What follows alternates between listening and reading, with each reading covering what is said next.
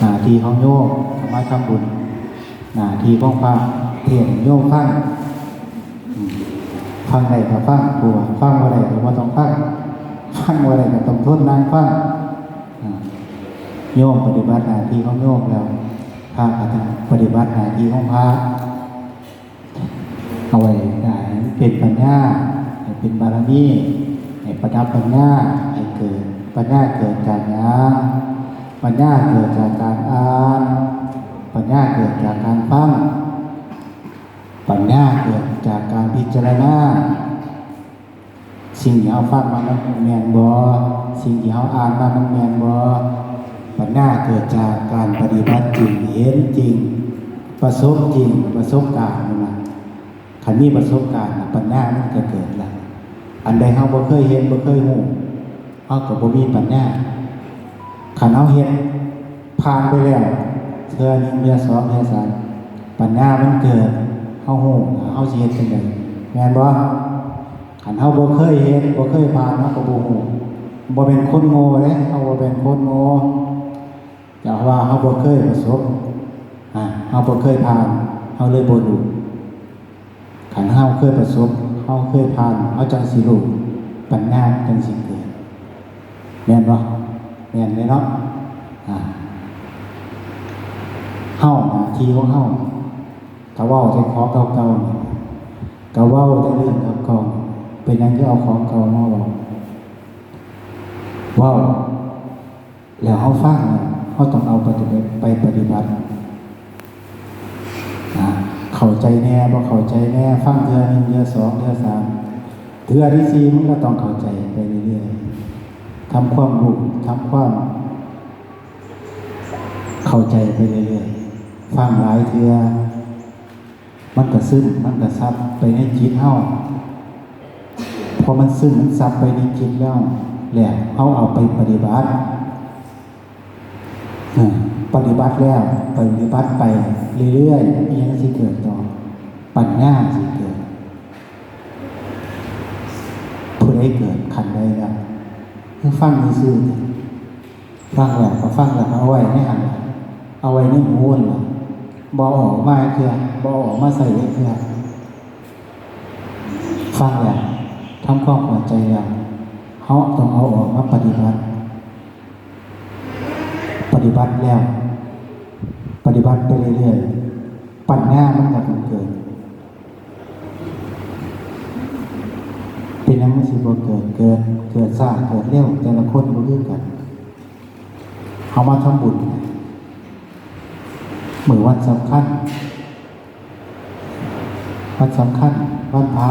วันพระใหญ่วันเข้าพรรษาเฮามาทำบุญเพื่อหยัง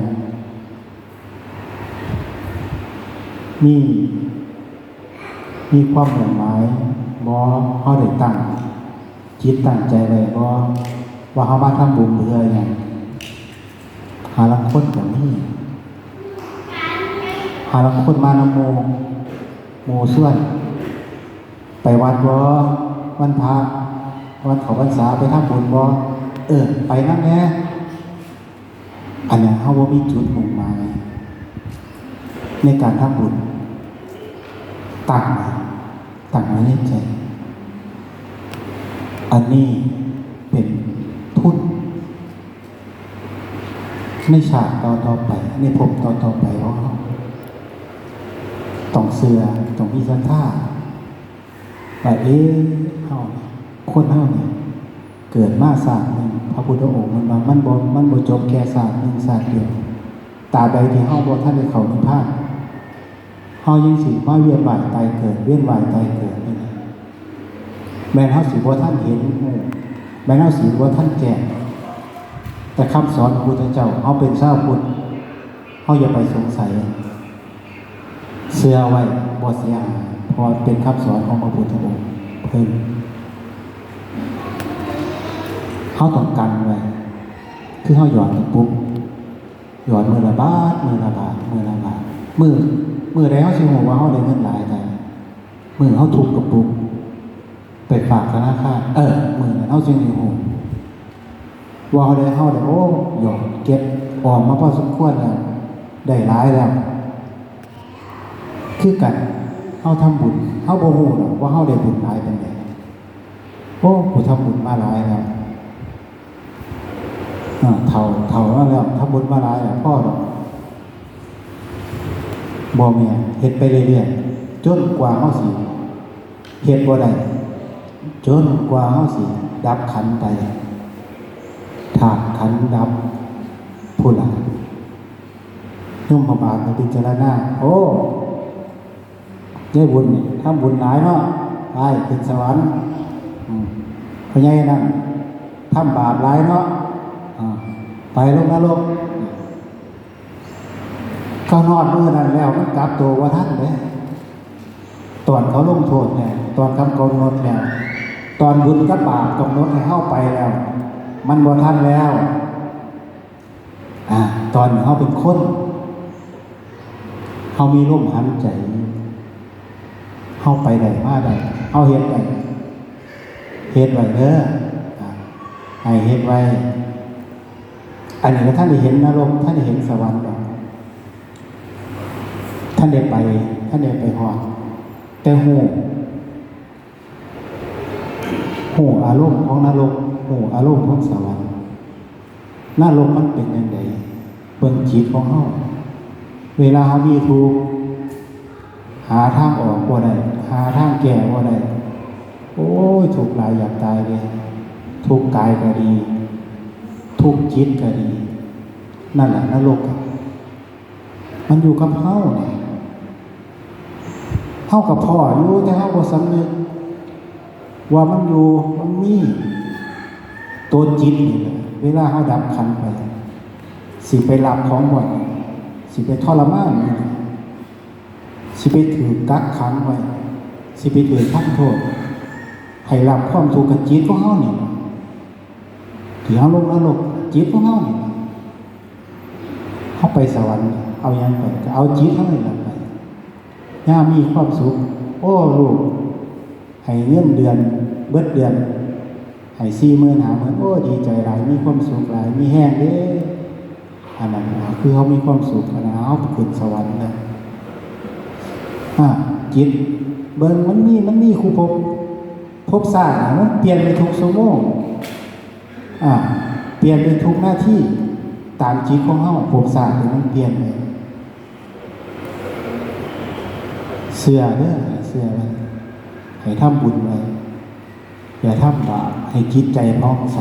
แต่ละมื้ออย่าให้มันขุ่นมั่วให้เฮาเบิ่งเจ้าของอย่าไปเบิ่งผู้อื่น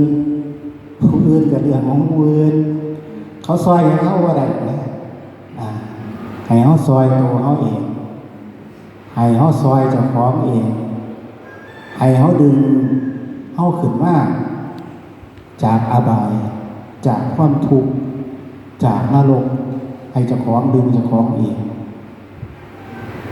ฟังก็เอาไปใส่เอาไปพิจารณาเบิ่งอยู่กับทุกข์อยู่กับความอิจฉาริษยาอยู่กับความขึงเกลียดชังกับอยู่กับความว่างอยู่กับความสุขอยู่กับปีติอันใดมันสิดีกว่ากัน